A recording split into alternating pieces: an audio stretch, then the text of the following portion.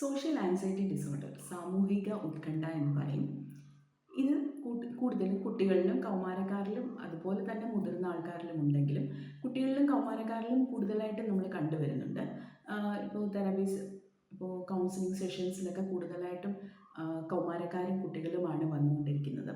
അപ്പോൾ എന്താണ് ഇതിൻ്റെ ഒരു ലക്ഷണങ്ങൾ എന്ന് പറഞ്ഞാൽ, ഇപ്പോൾ ഒരു സാമൂഹികമായിട്ട് ഇടപെടേണ്ടി വരുമ്പോൾ, സൊസൈറ്റിയിലേക്ക് ഇറങ്ങി ഒരു ഫങ്ഷനൊക്കെ പോകുമ്പോൾ എന്താണ് സംഭവിക്കുന്നതെന്ന് പറഞ്ഞാൽ, ഇവർ മറ്റുള്ളവരുമായിട്ട് സംസാരിക്കേണ്ടിയൊക്കെ വരുമ്പോൾ ഒരു ഐ കോണ്ടാക്റ്റ് മെയിൻറ്റെയിൻ ചെയ്യാൻ പറ്റാത്തൊരവസ്ഥ, അതുപോലെ അമിതമായിട്ട് വിയർക്കുക, പിന്നെ മുഖമൊക്കെ ചുവന്ന് വരിക, പിന്നെ ശ്വാസം മുട്ടുന്നത് പോലെ ഫീൽ ചെയ്യുക, അതുപോലെ എപ്പോഴും ഇവർ കോൺഷ്യസ് ആയിരിക്കും എന്ന് പറഞ്ഞാൽ മറ്റുള്ളവർ തങ്ങളെ നിരീക്ഷിക്കുന്നുണ്ടോ എന്നൊക്കെ ഉള്ള ഒരു വിചാരം ഇവരിലുണ്ട്, ആശങ്ക ഇവരിലുള്ളത് കൊണ്ട് തന്നെ എപ്പോഴും കോൺഷ്യസ് ആയിരിക്കും. ഇത് ഇങ്ങനെയുള്ള സിംറ്റംസ് ഉള്ളത് കൊണ്ട് തന്നെ, ഇങ്ങനെയുള്ള ബുദ്ധിമുട്ടുകൾ ഉള്ളത് കൊണ്ട് തന്നെ ഇവർ എപ്പോഴും എല്ലാ കാര്യത്തിൽ നിന്നും സാമൂഹികമായിട്ട് ഉള്ള ഇടപെടലിൽ നിന്നൊക്കെ വിഡ്രോ ചെയ്ത് പോകും. കുട്ടികളാണെങ്കിൽ സ്കൂളിൽ പോകാനുള്ള ബുദ്ധിമുട്ട്, ഫ്രണ്ട്സിനെ ഉണ്ടാക്കിയെടുക്കാനുള്ള ബുദ്ധിമുട്ട്, ഫ്രണ്ട്സ് സർക്കിൾ അവർക്ക് കുറവായിരിക്കും.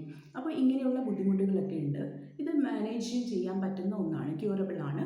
എന്തൊക്കെയാണ് ചെയ്യുന്നതെന്ന് പറഞ്ഞാൽ, നമ്മൾ ഈ ലക്ഷണങ്ങളൊക്കെ കണ്ടു കഴിഞ്ഞാൽ ബുദ്ധിമുട്ടുകൾ കുറയ്ക്കാൻ വേണ്ടിയിട്ട് മെഡിക്കേഷൻസ് ഉണ്ട്, അതുപോലെ തന്നെ ബിഹേവിയർ തെറാപ്പി കൊടുക്കും, സോഷ്യൽ സ്കിൽ ട്രെയിനിങ് കൊടുക്കാറുണ്ട്, അതുപോലെ റിലാക്സേഷൻ ടെക്നിക്സും കൊടുക്കാറുണ്ട്. ഇങ്ങനെ ഇത് മാനേജ് ചെയ്യാൻ പറ്റുന്ന ക്യൂറബിൾ ആയിട്ടുള്ള ഒന്നാണ് എന്നുള്ളത് മനസ്സിലാക്കിയിരിക്കുക.